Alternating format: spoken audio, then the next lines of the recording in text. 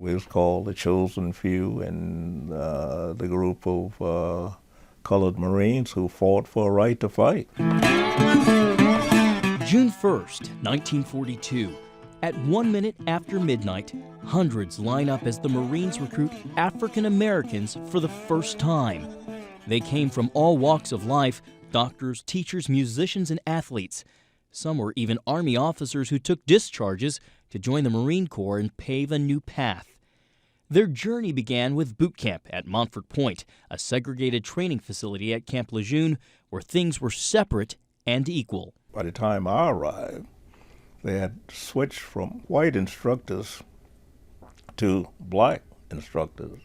So they felt that the rougher they were on you, the more you learn how to take care of your life. Reuben J. McNair, then a young kid from Mississippi, enlisted in 1944. The Marines were, they said, fighting land, air, sea, water, and I wanted to be one of those people. Plus, I loved the uniform.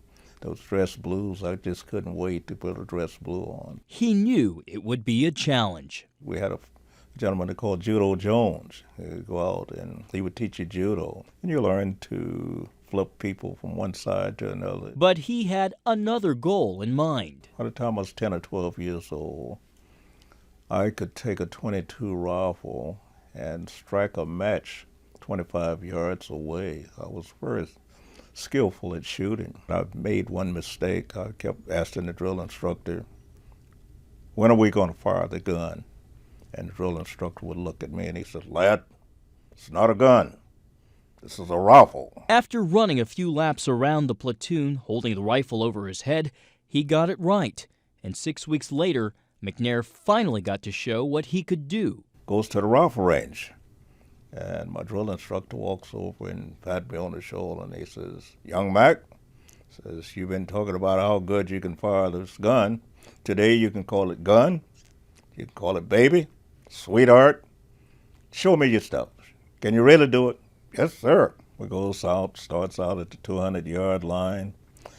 Fires. I told the bulls eye up. All the drill instructors, they was around, peeping, looking. I mean, he had the little glasses out, peeping down. I'm just knocking this eye out. Goes back to the 300-yard line. I'm knocking this thing out. When I finished boot camp, I was an expert marksman shooter. The rigors of training behind him, McNair set off for the South Pacific ready for action, but they made it very clear that my job, or all African Americans, Marines, our jobs were to get the ammunition up and bring the wounded back. Discouragement set in. It was very clear that we wouldn't want it in the Marine Corps. But African Americans were and are an integral part of the Marine Corps. And as time would tell, they would serve in some of the most important battles, from Korea to the Pacific to Vietnam. McNair led white and black troops, but the excitement didn't last long. After his unit survived a blistering attack, only the white staff sergeant in the group received a Silver Star. McNair got nothing. There was nothing officially ever put in the record, so nothing we can do about it.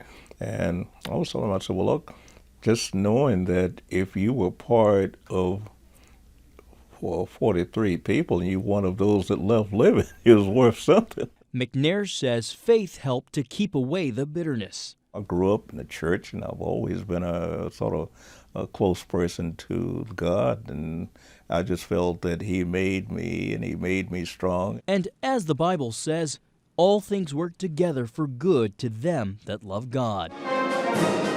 Last year, the Montford Point Marines were awarded the Congressional Gold Medal, thankful for the honor, but admitting it was a long time coming. My mother always told me, says, better son, it's better late than ever. I didn't think it would ever come because, as you get older, you just think about these things that would never happen. I'm one of the ones who started the Montford Point Marine Association. We never thought we'd see a black general, much less the ones that we see today. You have to look forward, look to the Lord, just trusting him. One of the Marines even got a chance to meet President Obama, as shown here in this never-before-seen photo given exclusively to CBN.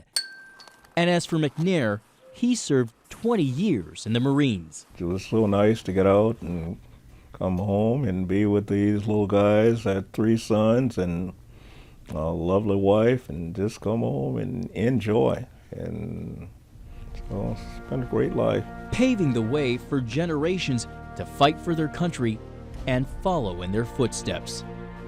John Jessup, CBN News.